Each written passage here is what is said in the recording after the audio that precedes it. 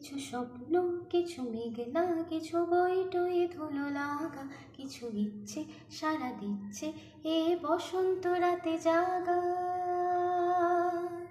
মম চিত্তে পাশ ফিরতে আজ পলাশ ফুলের কাব্য নিতে নৃত্যে ফুল ছিঁড়তে শুধু তোমার কথাই ভাববো। আজ হাওয়া বেপরোয়া দিল সন্ধে পাখির ঝাঁক, এই বিকেল আর বেল ফুল হৃদ মাঝারে থাক।